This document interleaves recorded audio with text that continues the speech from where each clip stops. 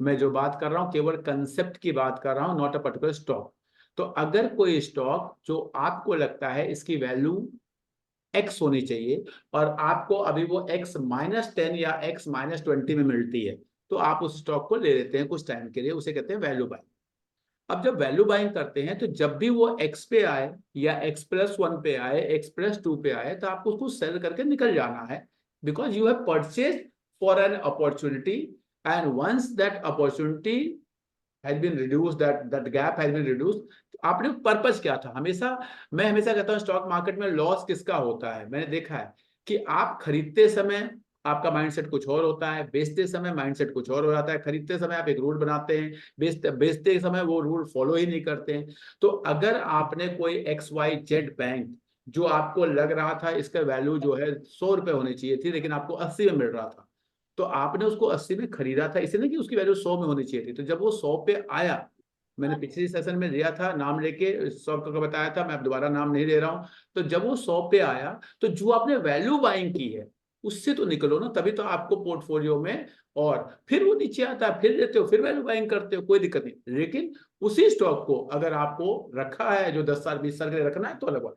दिक्कत क्या होती है कि आपने कोई स्टॉक, मैं भी नाम लूंगा तो मैं फिर बता रहा हूं, केवल एग्जांपल के लिए लेने जा रहा हूं, सो दैट कि मैं आप लोग को समझा पाऊं, नॉट कि बाई और सेल रिकमेंडेशन के लिए। सपोज HDFC बैंक को आपकी वैल्यू थी कि हाँ जी ये स्टॉक जो है 1500 या 1600 का होना चाहिए था, आपने 1500-1600 पे खरीदा भी था कि हाँ जी चलो अगले 5 साल के लिए मुझे HDFC बैंक खरीदना है, मे बी।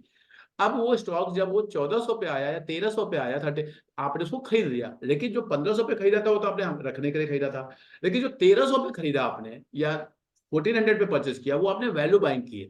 क्यों की है? क्योंकि उसकी वैल्यू होनी चाहिए 1600 या 1700, and you have purchase it at 30। तो जब वो 1600 1700 पे आया, तो आपको वहां पे प्रॉफिट बुक करना है, तो that you have to adopt. हाँ, अगर आपने 1300 पे फिर खरीदा कि नहीं थोड़ा मुझे और ऐड करना था, अच्छे प्राइस मिल गया, इसको मैं रखूंगा, तो फिर रखिए। अगर आपने ये सोचा है, दिक्कत कहाँ आती है? मुझे कहते हैं हाँ सर हमने तो इसलिए ही खरीदा था कि अब रखेंगे।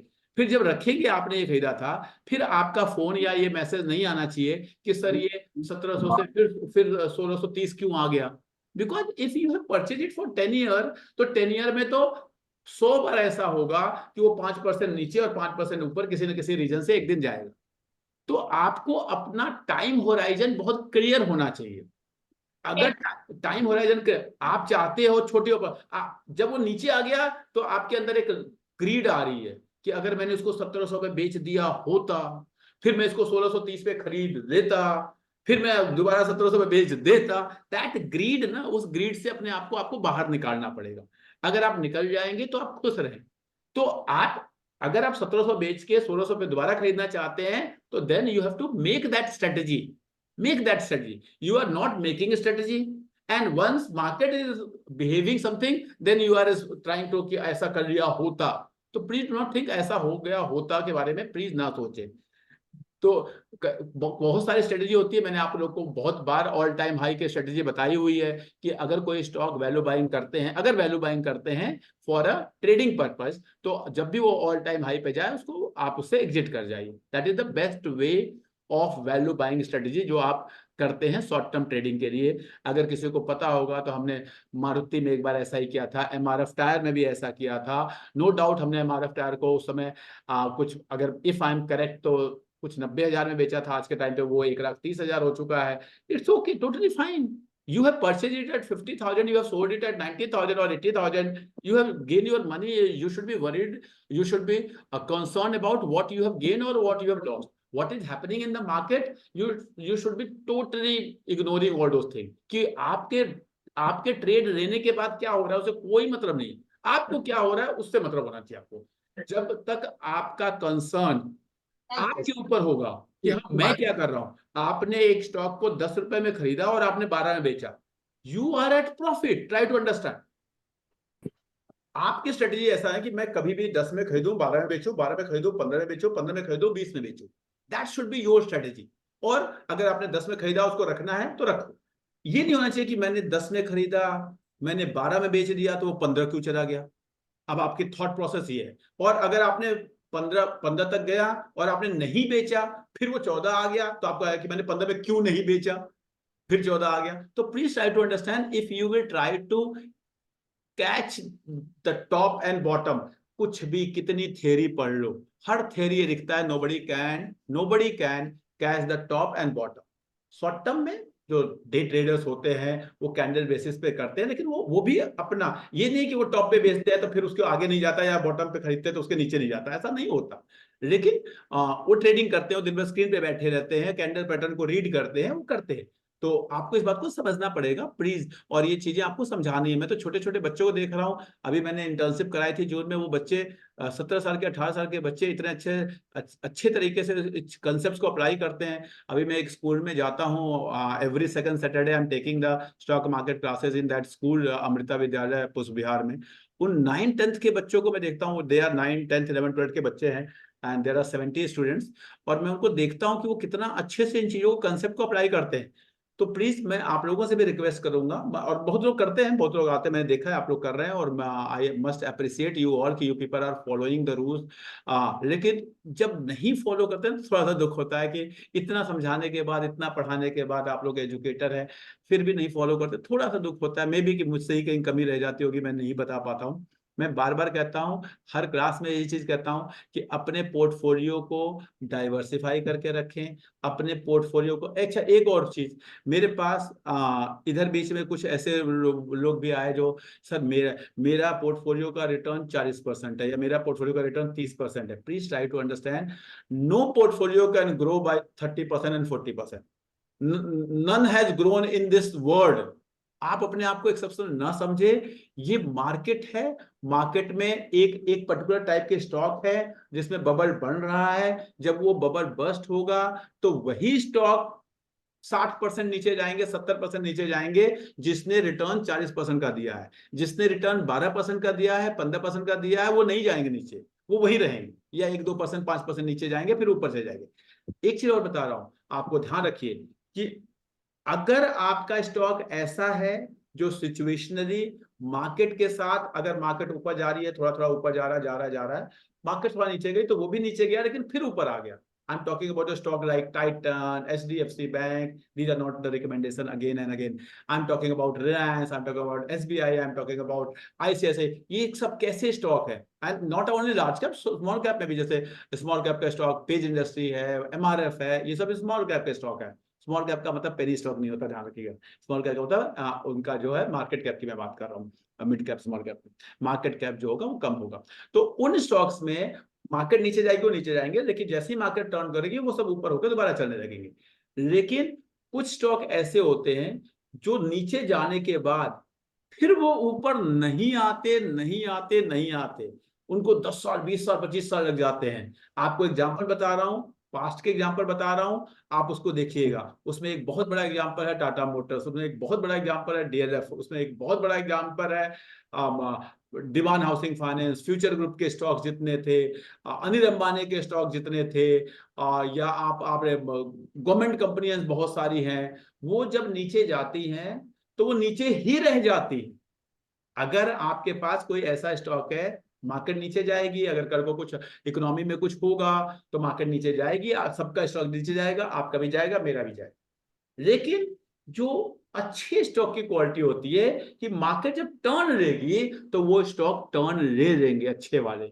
लेकिन जो खराब वाले स्टॉक होते हैं, अगर DLF आज आपको 1000 में दिख रहा है, लेकिन 15 साल पहले, 12 साल पहले वो अपने अपने हाई का, आई थिंक अगर मैं सही हूं तो 20% हो गया, और 20% होने के बाद फिर दोबारा उस हाई पे पहुंचने में उसको 15 साल लग गए। तो कहीं ऐसे स्टॉक्स आपके पोर्टफोलियो में तो नहीं भरते हुए जा रहे हैं। अगर ये ऐसा भरते जा रहे हैं तो आप जिस दिन ऐसा होगा उस दिन आपको पता नहीं चलेगा कि आपके पोर्टफोलियो में ऐसा हो गया है, और जब गिरेंगे तो आप उस समय कुछ कर नहीं पाओगे, कुछ नहीं कर पाओगे, चाह के भी कुछ नहीं कर पाओगे। इसलिए आपको समझना पड़ेगा इन चीजों को, क्योंकि अगर इक्विटी मार्केट में आपको एक्सपोजर लेना है, मैं बार बार कहता हूं कि if you are investing into insurance, आप लोग प्लॉट्स खरीदते थे, ज्वेलरी खरीदते थे, FD में पैसे रखते थे, वहां से आपकी लर्निंग इतनी हो गई कि हाँ, जो मेरा पोर्टफोलियो 8%, 7%, 6% रिटर्न देता था, वो मेरा 12, 13, 14, 15 देने लगा। Be happy with that. Be happy with that. Try to save more money. Try to reduce your unwanted expenditures. उस पे ज्यादा दिमाग लगाएं, ना कि how to get 1% more, how to get 1% extra, how to reduce your brokerage amount and all those thing. जितना आप brokerage बचाने में दिमाग लगाते हैं, या जितना 1% ज्यादा कमाने में कि हाँ इससे मिल जाए, उससे ज्यादा आप पता नहीं कितना वेस्ट कर देते हैं डेली एक्सपेंडिचर्स में। ऐसे वेस्टफुल एक्सपेंडिचर करते हैं इसका पता नहीं। घर में 2 लोग होंगे, केक मंगाएंगे 2 किलो का बर्थडे पे, उसके बाद वो फ्रिज में रखा रखा खराब हो जाएगा, उसके बाद या तो काम वाले को दीदी दे, ये नहीं कि आपको कर्टसी थी उसको देने की इसलिए आपने मंगाया था, बस देना है दे दिया या फेंक दिया, ऐसा करते मैंने देखा है। तो please try to reduce your expenditure at that places. वो आपका पता नहीं आप लोग क्या, अगर आप टाटा स्काई रिचार्ज करते हैं 11 महीने का रिचार्ज करते हैं तो 1 महीने का फ्री हो जाता है। वो कैलकुलेशन करेंगे तो 10% के आसपास की आपको रिटर्न वही मिल जाती है। तो try to use your mind in that percent कि हाँ क्या, जब मुझे 1 महीने, जब 12 महीने रखना है तो क्यों ना हम ऐसा कुछ करें। वो भी 10% की रिटर्न है, कैलकुलेट करके देखिए, लेकिन वहां हम नहीं कैलकुलेट कर पाते। लेकिन यहाँ हम 1% के लिए पीपीएफ में गवर्नमेंट ने 0.2% घटा दिया तो गवर्नमेंट के लिए जिंदाबाद मुर्दाबाद हम करना शुरू कर देते हैं। तो please my humble request, change your mindset, you will be earning, you will be getting more money, you will be creating more money in your portfolio as compare to counting कि हाँ 1% कहाँ से हो, आधा % कहाँ से हो। This is my request to all of you, this is my suggestion to all of you. कुछ क्वेश्चंस पहले आप लोग का अगर कुछ है तो, आज हम लोग बहुत बहुत दिनों के बाद मिल रहे हैं। I am again talking about कि हम स्पेसिफिक स्टॉक पे क्वेश्चन नहीं देंगे, concept based question, theory based question, what to do, how to do, when to do, इस पे हम बात करेंगे। Any one of you have question, you can raise your hand, ask your question, then मैं आगे बढ़ता हूँ। किसी के मन में है कुछ? नमस्कार सर, मैं इंद्रमणि उपाध्याय। हाँ जी सर, बताइए सर। सर मुझे जानना है, मैं भी बिगनर ही एक तरीके से अपने को मान रहा हूँ, अभी ज्यादा दिन शुरू भी नहीं हुआ। बोनस और स्प्लिट में क्या अंतर है, क्योंकि दोनों में ही देखा कि दोनों ही नीचे आ रहे हैं सर। मुझे इस तरह के क्वेश्चन पूछने वाले लोग दुनिया के सबसे अच्छे लोग रहते हैं, और इससे पता चलता है कि आप लर्निंग करके इन्वेस्टिंग में जाना चाहते हैं। तो मैं सबके सामने आपको अप्रिशिएट करूंगा। मैं आपको बोनस और स्प्लिट का मतलब थैंक्स। समझाता हूँ, ध्यान से समझिएगा आप लोग। किताबों में, सपोज मैं गुड़गांव की एक सोसाइटी में रहता हूँ। इस सोसाइटी के अंदर 250 गज के प्लॉट्स हैं, और उस प्लॉट्स पे घर बने हुए हैं। सपोज मैंने 250 गज का, मेरा भी प्लॉट है, सबके 250 गज के प्लॉट है, और हम लोग सब लोग उसमें रहते हैं। उसके बाद इसी सोसाइटी में एक कॉमन लैंड है, कॉमन लैंड है यानी उसमें पार्क बना हुआ है जिसमें बच्चे खेलने जाते हैं। समझ में आ रही है सर इंद्रमणि जी आपको? जी सर। तो जब मैंने इस सोसाइटी में एक घर या एक प्लॉट खरीदा, तो एक्चुअल में मैंने केवल उस घर के पैसे नहीं दिए, मैंने उस पार्क के लिए भी पैसे दिए। वो पार्क भी इसी सोसाइटी का है, यानी उस पार्क पे कॉमन ओनरशिप है। ठीक है, तो जब घर का वैल्यूएशन हुआ होगा कि हाँ इस सोसाइटी में प्लॉट कितने का है, तो नो डाउट उसमें उस पार्क की वैल्यू भी जरूर आई होगी, क्योंकि वो इसी सोसाइटी का है जब भी मार्केट प्राइस डिटरमिन होता है। ठीक है इंद्रमणि जी, बात समझ में आ गई? जी सर। हाँ, अब कल को अगर स्प्लिट होगा तो जो मेरा 250 गज का प्लॉट है वो 2 भाग में बढ़ जाएगा। मैं और इंद्रमणि जी, सपोज इंद्रमणि जी के साथ एक प्लॉट मेरा हो गया, एक इंद्रमणि जी का हो गया, या दोनों ही मेरे पास हो गए, इसे तो हो गया स्प्लिट। मेरा एक प्लॉट था, 2 हो गए। स्प्लिट, मेरा 250 गज का पास 125 गज का हो गया, इसे कहते हैं स्प्लिट। समझ में आ गई बात? जी सर। अब जो कॉमन प्लॉट था, जो कॉमन लैंड था, जिसे हम खेलने वाला पार्क जिसे कहते हैं, उसमें भी मान लो पहले 50 हिस्से थे, 50 हिस्से, उसमें भी मेरे 2 हिस्से हो जाएगा, उसके 100 हिस्से हो गए एक तरह से, और वो 2 हिस्से का मालिक मैं हो जाऊंगा, क्योंकि मेरा यहाँ का प्लॉट स्प्लिट हो गया है, तो वहां भी वो भी सबको स्प्लिट हो जाएगा। यहाँ तक कोई डाउट है किसी को? आपको नहीं डाउट? सर। नहीं अब सर। लेकिन बोनस में क्या होता है? बोनस में मेरा 250 गज का प्लॉट 250 रहेगा, 250 गज के प्लॉट में कुछ नहीं होगा। वो जो कॉमन वाला प्लॉट है उसके टुकड़े होके मुझे मिल जाएंगे, वो कॉमन ना रह के उसके टुकड़े होके मुझे मिल जाएंगे। वैसे तो पहले कॉमन पड़ा हुआ था, अब उसमें से एक पे 2 टुकड़े मिल जाए, 3 टुकड़े मिल जाए, 4 टुकड़े मिल जाए, डिपेंडिंग 1:2, 3:1, 2:1 जो भी हो। तो सपोज उस कॉमन में से अगर मुझे कुछ प्लॉट काट के मुझे दे दिया जाए तो उसे हम कहते हैं बोनस। समझ में आ गई बात? जी सर। तो मेरा प्लॉट तो ये 250 गज वाला 250 यार्ड का जो प्लॉट था, ये मेरा यही है। लेकिन कॉमन में से मुझे एक प्लॉट और मिल गया या दो प्लॉट और मिल गया, कितने का भी हो, कितने भी गज का, उस वो है बोनस। बोनस का मतलब इसको हम अकाउंटिंग टर्म में कैसे कहते हैं, तो जो मेरी शेयर कैपिटल होती है वो अगर डिवाइड हो जाती है तो उसे हम स्प्लिट कहते हैं। लेकिन जो रिजर्व्स रखे हुए हैं, रिजर्व्स, जो जी मैंने सर। कॉमन प्लॉट जिसकी बात की वो रिजर्व्स होते हैं, उस रिजर्व्स को बांट दिया जाता है, तो उसे हम बोनस कहते हैं। सर लेकिन प्राइस तो दोनों में सेम तरीके से नहीं, डाउन हो जाती हमको हाँ कोई फर्क नहीं पड़ेगा ना, क्योंकि अल्टीमेटली वो कॉमन वाला भी मेरा ही है, ये भी मेरा ही है। मेरे घर का जो मेरा घर का प्लॉट है ये भी मेरा है, और कॉमन एक 5 बीघा 10 बीघा 50 बीघा जो भी जमीन पड़ी हुई है, जो बच्चों के खेलने के लिए यूज हो रही है, पार्किंग के लिए यूज हो रही है, जो भी, वो भी तो मेरा ही है ना, मतलब उसमें भी मेरा भी शेयर है। है। जी सर। तो इसलिए कोई फर्क नहीं पड़ेगा उसमें, वो बंट के मुझे मिल गया, जी नंबर ऑफ प्लॉट बढ़ जाएंगे, क्योंकि जैसे ही वो मुझे मिलेगा, कॉमन खत्म हो गया या कॉमन कम हो गया, उसमें से अगर दो प्लॉट जी मुझे मिल गए तो जो कॉमन था 10 बीघा, वो अब 8 ही बच गया या 7 ही बच गया। जी तो जी सर। इसलिए उसकी वैल्यू रिड्यूस हो जाती है प्रोपोर्शनेटली, कोई फर्क नहीं पड़ता। जी सर। आई होप मैंने आपको बहुत इजी लैंग्वेज में समझाने की कोशिश थैंक्स सर। की। थैंक्स। ठीक है, anyone else having any other question, concept based question अगर आपके मन में कुछ है तो, अदरवाइज फिर मैं आगे बढ़ूं, किसी के मन में है? सर नमस्कार सर, मेरा एक क्वेश्चन नमस्कार है। नमस्कार। सर आपने जो अभी बबल की बात की थी मार्केट की, एक्चुअली उसके रिगार्डिंग ही था। हाँ बताइए। अभी असल में क्या है, फ्यूचर में हम देख रहे हैं सर, दो बड़े आईपीओ आने वाले हैं। जैसे अभी हाल ही में इसका रिलायंस जियो का आने वाला है, टेलीकॉम का। अच्छा। और जो लगभग 55,000 करोड़ का मार्केट कैप है, जो मतलब एस्टिमेट कर रहे हैं। हाँ और अभी न्यूज चल रही थी कि जैसे हुंडई इंडिया भी लेके आ रहा है। हाँ। उसकी डेट तो हालांकि अभी अनाउंस नहीं की इन्होंने। तो सर जैसे पास्ट में भी देखा है, जब भी कभी कोई बड़ा आईपीओ आता है तो एक्चुअली मार्केट की लिक्विडिटी थोड़ी सी कम हो जाती है। ठीक है। तो और इसका भी एक साइन रहता है कि मतलब जैसे बबल क्रिएट हो रहा हो। तो सर इसका थोड़ा सा व्यू लेना चाह रहा था आपसे कि मतलब क्या इससे देखिए, ये बबल दो सही दो दो बार ऐसा हुआ है। एक बार 2000, इफ आई एम करेक्ट, 2004 में जब रिलायंस पावर का आईपीओ आया था, और एक बार अभी जब आपका जोमेटो का आईपीओ आया था। इन दोनों ही केस में ऐसा हुआ था कि ये एलआईसी का आया था, तब भी ऐसा ही हुआ था, ठीक है।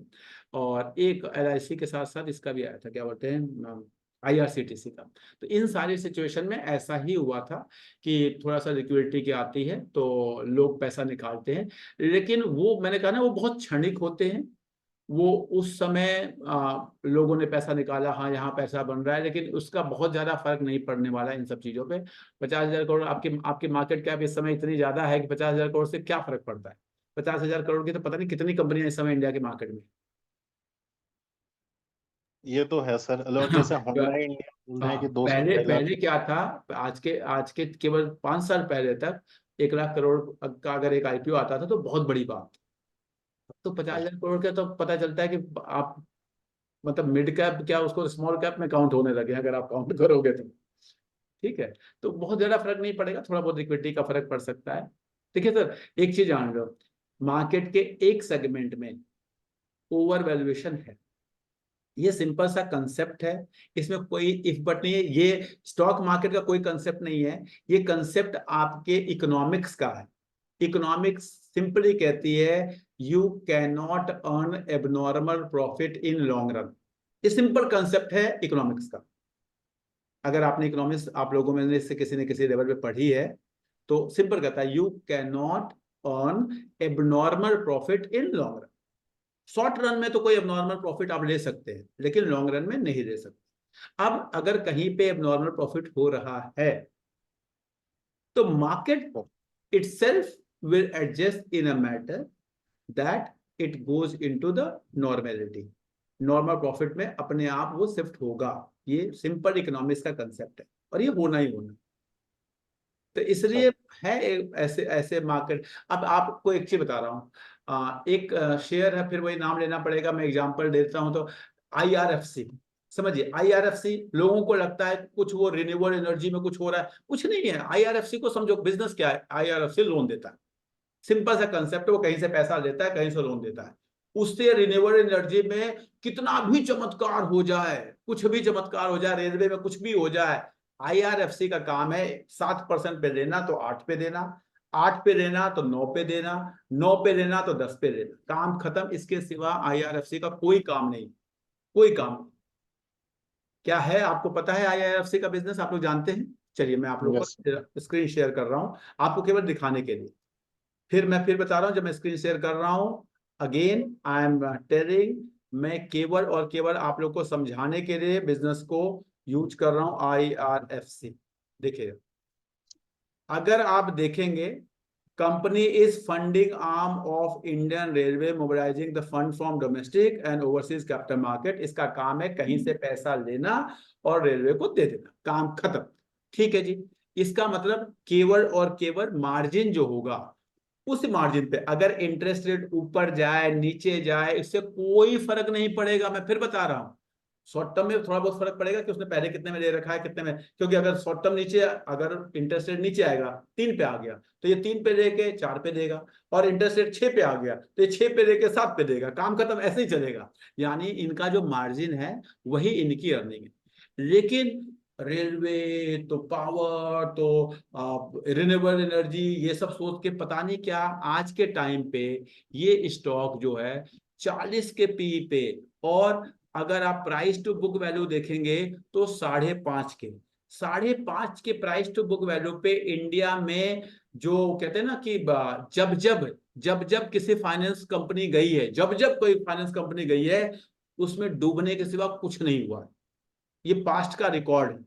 मैं आपको कुछ का दिखा रहा हूं, मैं फिर कह रहा हूं, मैं नहीं कह रहा कल आप इसको बेचो रखो, कल कोई हो सकता फिर, क्योंकि देखिए स्टॉक मार्केट की यही ब्यूटी है। स्टॉक मार्केट एक ऑक्शन ड्रिवन मार्केट कहा जाता है इसको। Auction driven market and normal market में क्या, ऑक्शन ड्रिवन, ऑक्शन देखा है बैंक वाले जब ऑक्शन करते हैं या क्या, तो ऑक्शन ड्रिवन मार्केट की एक बहुत अच्छी ब्यूटी होती है कि उसमें 10 का चीज 100 में बिकता है और 100 का चीज 10 में बिकता है। यही एक ऑक्शन ड्रिवन मार्केट की ब्यूटी है। एक नॉर्मल मार्केट जो प्राइस जो है डिमांड सप्लाई पे डिपेंड करता है, और ऑक्शन ड्रिवन मार्केट में यही है। तो ऑक्शन ड्रिवन मार्केट जो होती है, इसमें 10 की चीज 100 में और 100 की चीज 10 में बिकती है।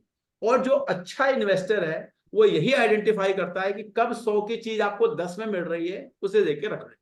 That is the way. अगर आप मोनिश पोरेबाई को सुनेंगे, या आप कभी इनको सुनेंगे, क्या बोलते हैं, विजय केडिया जी को सुनेंगे, तो इन लोगों की जो इन्वेस्टिंग स्ट्रेटजी है, या बफेट जी की इन्वेस्टिंग स्ट्रेटजी है, वो हमेशा यही कहते हैं कि you have to buy the stock below its intrinsic value.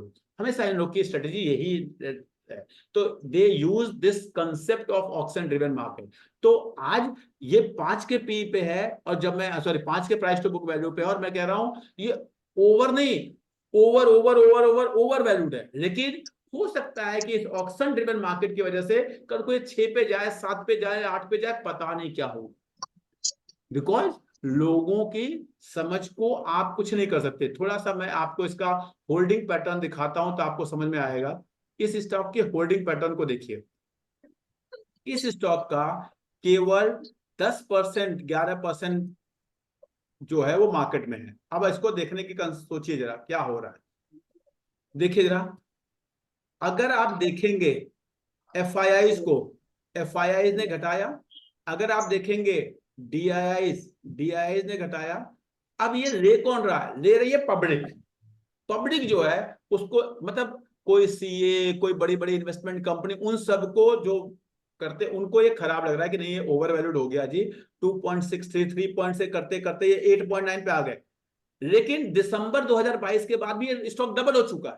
अब भाई this is the beauty of action driven market.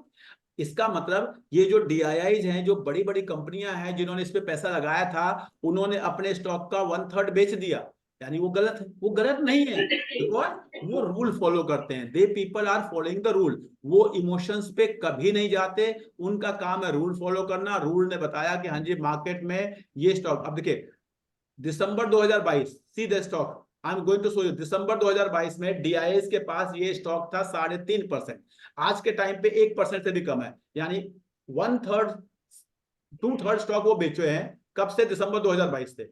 अब मैं दिसंबर 2022 में आपको स्टॉक का प्राइस दिखाता हूं। ये देखिए जरा, थोड़ा सा अब मैं इसको, और ये अब देखिए जरा, दिसंबर 2022 में ये स्टॉक कितने का था?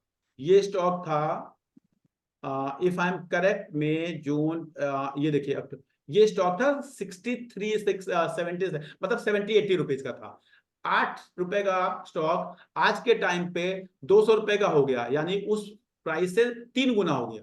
अब अगर आपकी तरह मतलब पब्लिक की तरह वो लोग होते तो कहते यार हमने तो 80 में बेच दिया और ये 200 का हो गया।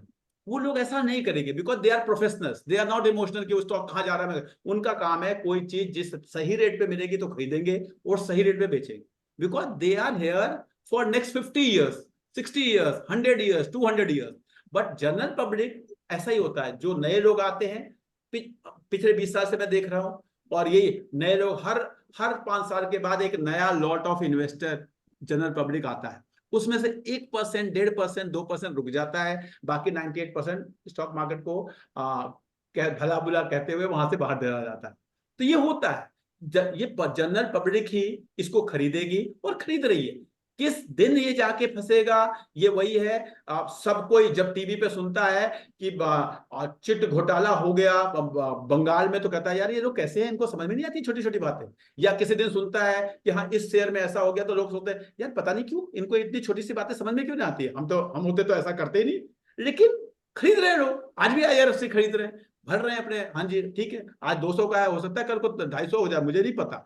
लेकिन कौन फंसेगा, कब फंसेगा, कहां फंसेगा, ये किसी को नहीं पता, किसी को नहीं पता। तो जब आप टीवी पे सुनते हैं कि उस आदमी ने 20,000 रुपए वहां दिए, 50,000 वहां दिए, ऐसे ऐसे शेयर में लगा दिए, तो आपको लगता है नहीं नहीं मैं तो इतना इंटेलिजेंट हूं, मैं ये काम नहीं करता, ये तो बड़ा आदमी है, ये बड़ा लालची है। लेकिन हम ऐसा करते रहते हैं। तो दिस इज कि ऑक्शन ड्रिवन मार्केट से अपने आप को आपको बचाना है। आपको देखिए रूल्स फॉलो करेंगे तो आप बहुत खुश रहेंगे। रूल कहता है कि आप स्टॉक को अच्छे प्राइस पे खरीदें और वहां से फिर आप निकल जाएं सही टाइम पे, जब उसकी ओवर वैल्यूड हो जाए कोई भी स्टॉक, तो you have to get out of the market. आपको समझ में आना चाहिए कि अगर कोई भी चीज आप महंगी खरीदेंगे तो आप परेशान होगा क्या। इसमें से हो सकता है कि if you buy this stock at a right price, आप 200 में खरीद के 300 में निकल जाएंगे आपको। लेकिन जब आपके अंदर आपकी जब ये आदत हो जाती है ना, होता क्या है, हो सकता है इस स्टॉक को आपने खरीदा, मैं आज 200 का है, कल आपको 300 में निकले, 400 में निकले, आप प्रॉफिट बना। लेकिन if you have that habit, तो इस तरह के पता नहीं कितने स्टॉक आपके पोर्टफोलियो में आ चुके होंगे, because you have that habit, you have that mindset. और जब एक बार पैसे कमाए होंगे तो यू विल बी एज्यूमिंग कि हाँ if I am earning money तो it is a very good strategy and I will be earning money with this strategy. तो it happen, you will not get to know कि how much money you have invested, what percentage of your money has been invested into these type of stock. And then once you fall into the situation, फिर आप उससे बाहर नहीं निकल पाते। यही इसीलिए मैंने ये प्लेटफॉर्म बनाया है कि मैं बातें समझा पाऊं, और नहीं समझा पाऊंगा तो क्या होगा बाद में, ठीक है होगा, ये होगा एक दिन। बस वो है कि मैं चाहता नहीं कि आप में से कोई इसमें फंसे। तो that is my thought process. बाकी ये है कि तो आई होप मैं बता पाया सर आपके उस क्वेश्चन का आंसर जिसने पूछा था। क्या मैं सही हूँ? आगे किसी के मन में और कोई क्वेश्चन है? जी सर। यस मैम बताइए, कुछ मन में है आपके क्वेश्चन? सर मुझे ये पूछना है कि मिड कैप वाली कंपनी का मार्केट कैप कितना होता है, स्मॉल कैप का कितना देखिए होता है और मैम, लार्ज कैप का? सेबी के नॉर्म्स के हिसाब से अगर आप देखेंगे तो आपके जो, देखिए मैं आपको स्क्रीन पे दिखा रहा हूँ, देखिए this is a beautiful question, और आपको बता देता हूँ। देखिए आपको मैंने क्या किया, यहाँ मैं गया स्क्रीन पे, और स्क्रीन पे जाके मैंने एक क्रिएट न्यू स्क्रीन किया, और मैंने लिख दिया मार्केट कैपिटलाइजेशन ग्रेटर देन 1। मैंने 1, 1 करोड़ के ऊपर की जितनी कंपनियां हैं सबकी एक लिस्ट मैंने आपके सामने ला दी। ये आपको दिखाई दे रही है 4,664। नाउ मैं इसको मार्केट कैप के बेसिस पे इसको सॉर्टिंग कर रहा हूं। ये देखिए ध्यान से, as per SEBI norms these 50 which is on your screen and next 50 that is this. मैं गया 100 तक, तो यानी आ गया 1,01,320 करोड़, 1,01,000 आज के टाइम की सिचुएशन है। सेबी कह रही है, वो कहती है टॉप 100 कंपनीज।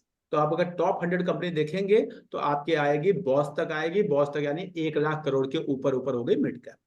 अब मैं इसके बाद चलता हूं, इसके बाद ये थर्ड पेज पे जैसे ही मैं जाऊंगा 1,00,000 के नीचे, क्योंकि 101 से लेकर 250 तक मिड कैप है सेबी नॉर्म्स का, अभी मैं केवल बता रहा हूं। तो सेबी तो कहती है कि जी आपका ये 50, यानी ये चले गए मैं 64 तक, फिर ये 50, इस पे मैं गया तो ये चला गया मेरा 43 तक, और ये 250 यहाँ खत्म हो जाएगा। यानी आज के टाइम पे as per SEBI norms 30,000 crore तक की जो कंपनियां हैं वो आपके मिड कैप में, और 30,000 करोड़ के नीचे जो आ जाएंगी वो स्मॉल कैप में होगी। ठीक है, लेकिन मैं आपको बता रहा हूं नॉर्मली, क्योंकि ये डेफिनेशन बनी थी बहुत पहले, आज के टाइम पे ये कंसेप्ट, तो आज के टाइम पे अगर आप देखोगे तो जो भी कंपनी आप ये जानिए कि आपके 10,000 करोड़ के से लेके 50,000 करोड़ की है, इसको आप मिड कैप मानो। 50,000 करोड़ के ऊपर की कंपनी आपकी लार्ज कैप है सारी, और जो आपकी नहीं 10,000 नहीं 10,000 5,000 से 20,000, 5,000 से 20,000 आपकी स्मॉल कैप हो गई, और 20,000 से 50,000 आपकी मिड कैप हो गई, और 50,000 करोड़ के ऊपर की सारी लार्ज कैप कंपनियां हैं कंसेप्चुअली, अगर आप देखोगे जब ये बना था उस हिसाब से, क्योंकि आज मार्केट कैप बहुत सारा ऐड हो गया है तो इसलिए सारी के ऊपर ही चली गई है। तो इसलिए आपको कंसेप्चुअली मैं बता रहा हूँ कि 50,000 करोड़ तक की आप कंपनी खरीदते हो ना, तो वो समझ लो लार्ज कैप का जो भी फीचर हो, लार्ज कैप कंपनी क्या होती है, बहुत स्टेबल कंपनी होती है। That is the feature of a large cap company, price movement बहुत आसानी से नहीं होता। तो that feature you will see any company with the market cap of more than 50,000 crore, तो 50,000 करोड़ के ऊपर का। And then if you go 20 to 50 this is mid cap, and 5 to 20 this is small cap. 5 के नीचे जब आप जाते हो तो वो थोड़ा सा आपका माइक्रो कैप में आ जाता है। ठीक है मैम? जी सर, थैंक तो यू मैंने सर। आपको दोनों बता दिया, कंसेप्ट वाइज क्या होता है और सेबी वाइज क्या होता है। नेक्स्ट जी question sir, please. Thank you very much. Sorry मैं उस टाइम अनम्यूट नहीं कर पाया था। तो हाँ, एक्चुअली सर क्या था कि अभी जैसे रिसेंट में कुछ प्रॉफिट बुकिंग की है, तो क्या अभी थोड़ा सा वेट करना चाहिए री इन्वेस्ट के लिए या सर वही फिर? आप टाइमिंग की बात कर रहे हैं, टाइमिंग कैसे कोई बता देगा, आप बताओ। कुछ नहीं पता, मैं तो आपको बता रहा हूँ, मैंने आज भी इन्वेस्ट किया है।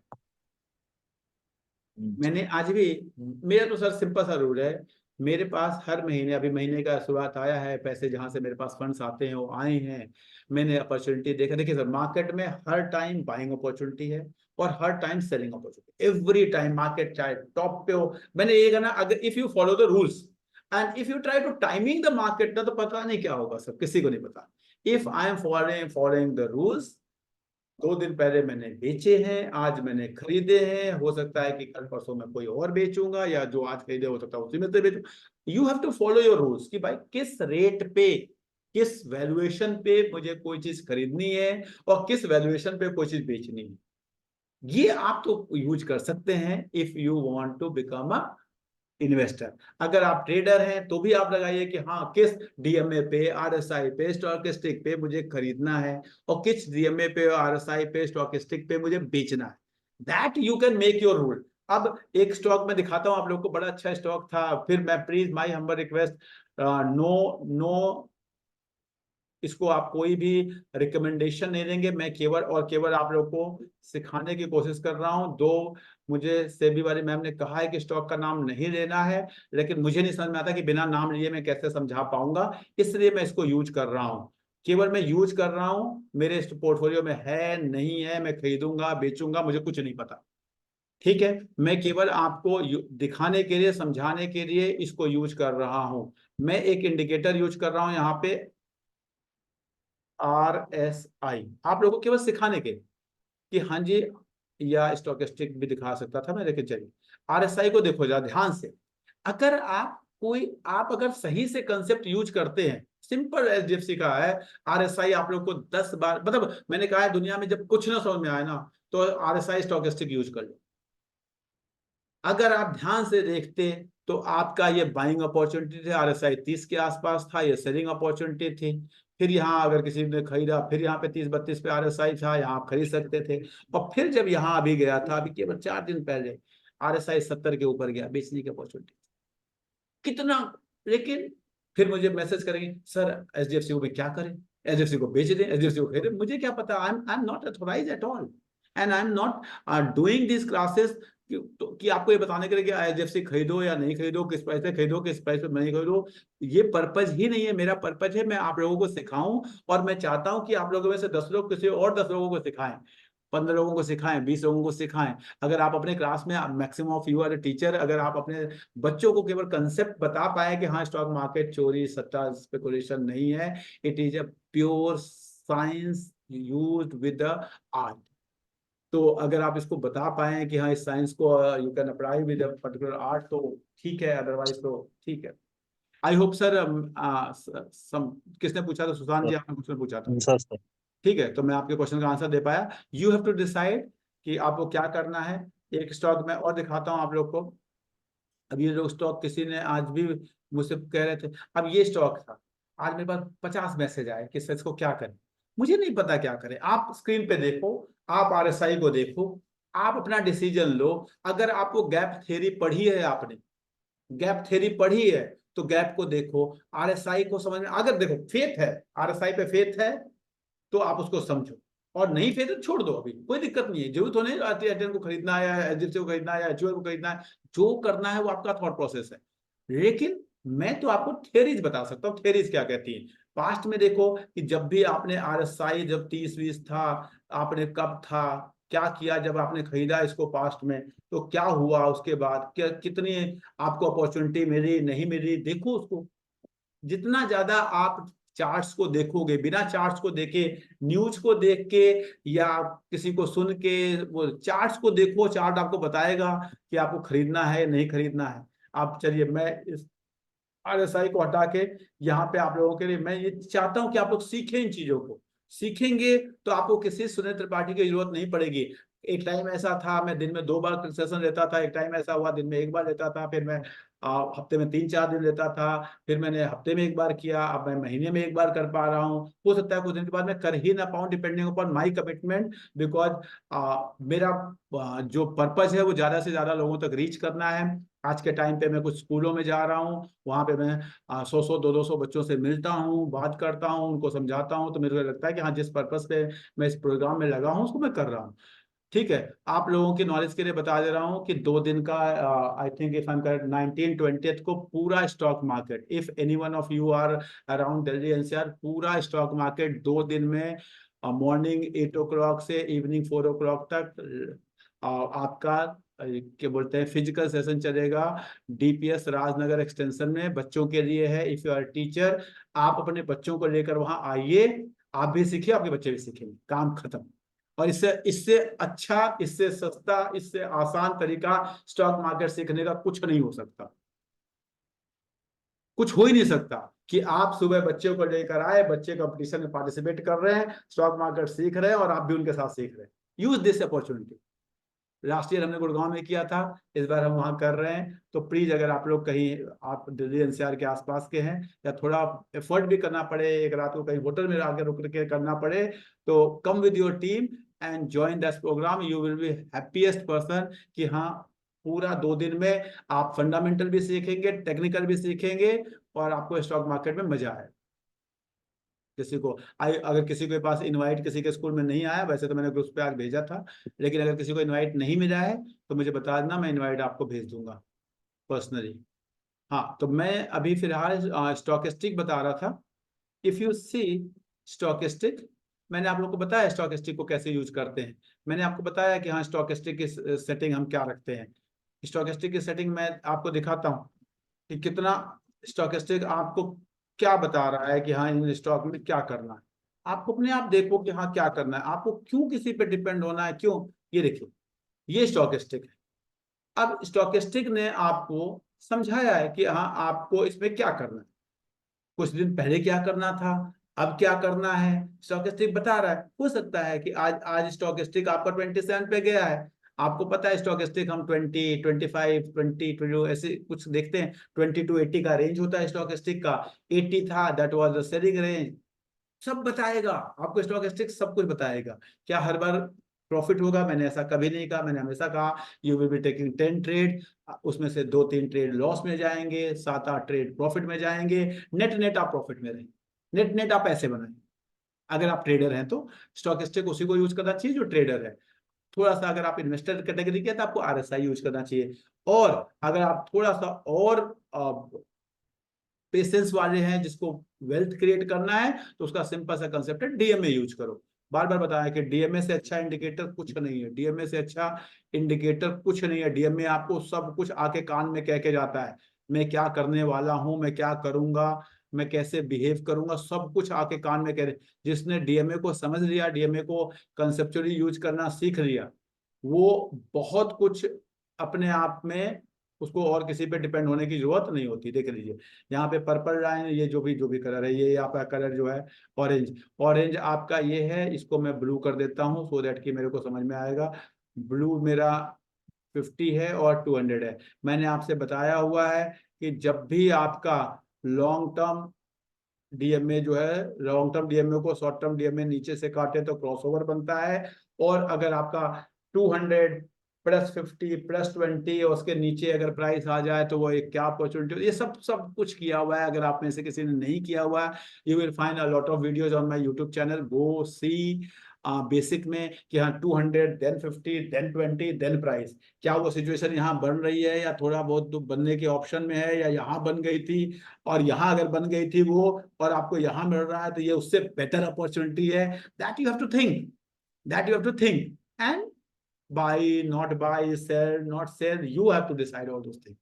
आपको तो कंसेप्ट को पता होना चाहिए। हाँ कंसेप्ट डीएमए का क्या कहता है कि हाँ जी कब हम स्टॉक को अंडर वैल्यूड या ओवर वैल्यूड कहते हैं, कब हम अपॉर्चुनिटी कहते हैं, और कब हमारा क्रॉसओवर हो चुका है उसके बाद हम क्या कर सकते हैं। यहाँ पे क्रॉसओवर मेरा फेल हुआ, अगर अपॉर्चुनिटी मिली, एक गैप थ्योरी भी दिखाई दे रही है मुझे, तो इन सब चीजों को आपको समझना पड़ेगा। और जितना ज्यादा समझ के अप्लाई करेंगे उतना आप खुश रहेंगे, और जितना ज्यादा आप कितना परेशान रहेंगे और कुछ नहीं है। और मैं फिर बता रहा हूं, अगर नहीं हो रहा, 1 साल कर लिया, 1.5 साल कर लिया, 2 साल कर लिया, फिर भी लग रहा नहीं यार हमारा जो एनुअल रिटर्न है वो 10% भी नहीं बन रहा, अगर ऐसा हो रहा है तो please try to keep maximum of your portfolio either in index fund और इन गुड म्यूचुअल फंड, और अपने पोर्टफोलियो का 10% 5% शेयर में लगा के 2 साल 3 साल 4 साल सीखो। आपके पास सपोज आपके पास 10 लाख रुपए हैं तो 8 लाख रुपए अच्छे म्यूचुअल फंड में लगा के दो, let the manager do the thing. उसको 1% आपको फंड मैनेजर चार्ज देगा, देने दो, वो आपको 15% का रिटर्न निकाल के देगा, और आप अपने 2% से 20% ऑफ मनी से सीखो। जब आप 5 साल में सीख जाते हैं तो फिर अपना आगे अपना करना, जब आप रिटायर हो जाएंगे आपको करने का लाइफ में बहुत है, लाइफ में करने के लिए बहुत कुछ है। अब जसवीर जी रिटायर हुए हैं, अभी तक जब तक काम कर रहे थे तब तक उन्होंने कुछ नहीं किया, रिटायर हो गए तो खाली हैं तो अब ये करते हैं and he is feeling happy. जब आप इस सिचुएशन में आते हो, थोड़ा कम भी कमाते हो तो लगता है पहले काम तो है ना कुछ, अदरवाइज मैं बैठ के क्या करता। बताइए जसवीर जी, अपनी जर्नी बताइए, रिटायर होने के बाद कैसा लग रहा है आपको? बिल्कुल अच्छा लग रहा है सर, बोर होने का तो टाइम ही नहीं है अब। अब लाइफ में एक पर्पस मिल गया है ना, लाइफ में कुछ करने बिल्कुल का। बिल्कुल बिल्कुल मिल गया सर, बिल्कुल। तो वही है तो और रिटायरमेंट से पहले तो कुछ भी जीरो नॉलेज था, ये कोई नॉलेज था ही नहीं। अब थोड़ा बहुत समझ आने लग गया है। हाँ तो भाई लाइफ में सीखने का कोई उम्र नहीं होता, कभी भी सीख सकते हैं। मैं जानता हूँ ऐसे ऐसे लोगों को जो डिप्टी डायरेक्टर के पोस्ट से रिटायर हुए 60 की एज में, उसके बाद उन्होंने एमबीए किया, उसके बाद अपना वेंचर कर रहे हैं। बहुत मतलब बहुत लोग हैं ऐसे जो काम कर रहे हैं, काम करने की बहुत वो एज है, और कोई कुछ भागा नहीं जा रहा कि नहीं आए। तो कोशिश करें कि ये होता है कि हाँ if you do in young age create a good amount तो अच्छा होता है। लेकिन जब आप सीखे नहीं है और आप सोचेंगे हमें पैसा कहीं डाल दूं और अच्छा अमाउंट क्रिएट हो जाएगा, ऐसे नहीं होगा। भावना आप कुछ कहना चाह रहे हो प्लीज? Good evening sir. जी गुड इवनिंग, बताइए। तो मुझे ये पूछना था कि जैसे हमने एक स्टॉक जैसे फॉर एग्जांपल लिया, वो हमने किसी पैटर्न के बेसिस पे लिया, लेट्स से रेक्टेंगुलर पैटर्न में। अब हम्म वो रेक्टेंगुलर पैटर्न पे जब हमने लिया तो हमने ये डिसाइड किया था कि जब ये इस एक लेवल पे पहुंच जाएगा तो तब हम कंपनी के फंडामेंटल्स देखेंगे कि प्रॉफिट है कि क्या है। अब वो उस पे रीच करके नीचे जा रहा है but still fundamentals are strong, की जो अभी जैसे लेट्स से मार्च का जो रिजल्ट आया है मार्च क्वार्टर का, तो उसमें अच्छे खासे प्रॉफिट्स दिखा रहा है, नेट प्रॉफिट दिखा रहा है, ईपीएस दिखा रहा है। तो इन दैट केस अगर वो नीचे आ रहा है, क्या हमें बेच देना चाहिए? फंडामेंटल्स नहीं अगर स्ट्रॉन्गली नहीं नहीं दिख नहीं रहे नहीं। वी देखो शुड कीप। आपने एक रेक्टेंगुलर ब्रेकआउट के लिए लिया था, ब्रेकआउट अगर टच कर गया आपको वहां बेच देना चाहिए था। और अगर आपने उसको रखने के लिए लिया है, देखिए एक चीज ध्यान रखिए कि आपको अच्छा स्टॉक अच्छे रेट पे तभी मिलेगा जब कुछ ना कुछ खराब न्यूज आएगी। आप समझिए, I am giving the example again of Titan. केवल 6 महीने पहले इसी क्लास में, और कोई लाइव उस तरफ से मुझसे पूछ रहा था कि मैम सर ये ट्राइटन भागे जा रहा है, मुझे लेना है, मैं नहीं ले पा रही हूँ, क्या करूं? और मैंने इसी क्लास में लाइव कहा था कि आपको मौका मिलेगा।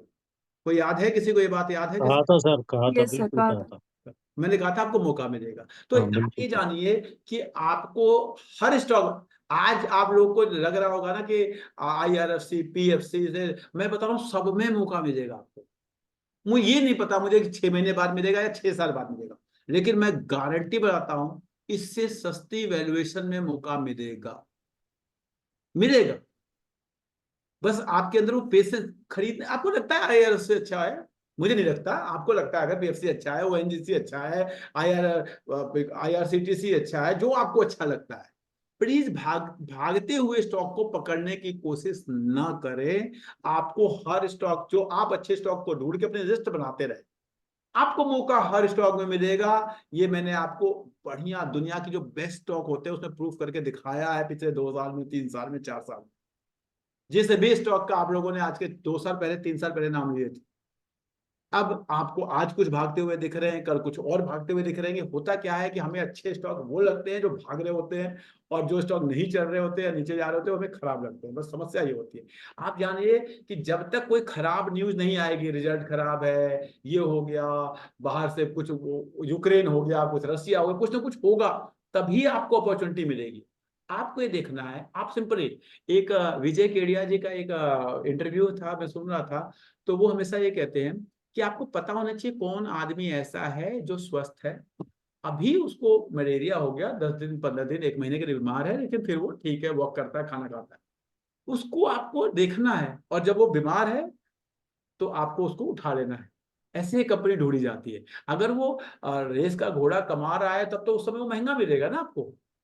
तो इसलिए अपनी अपॉर्चुनिटीज को देखो।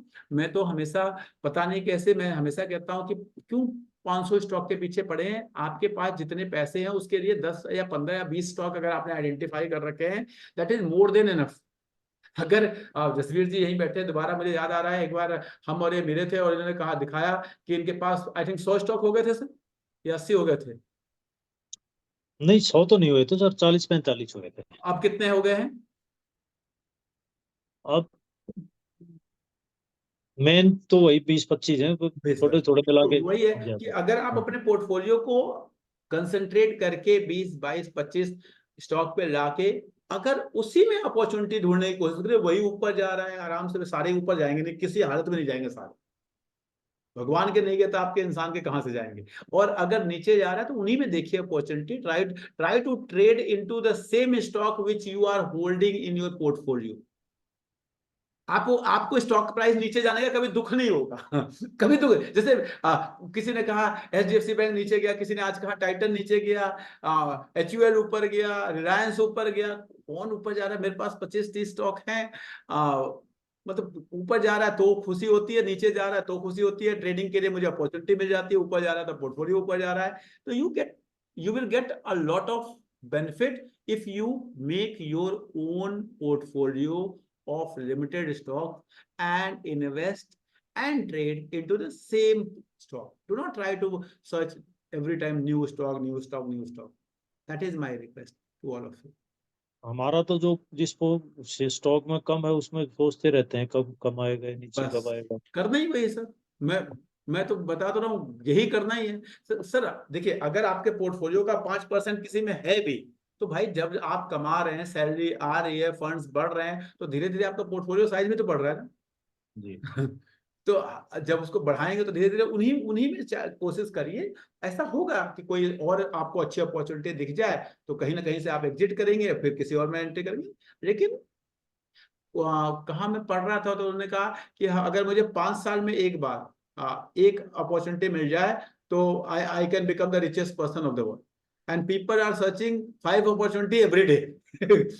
लोगों को पता नहीं क्यों कितने चाहिए, कितने सर मैसेज मेरे पास इतने आते दिन भर में, सर कुछ तो बता दो, पता नहीं कितने पैसे हैं लोगों के पास में, तो सर कुछ तो पता नहीं कहाँ से।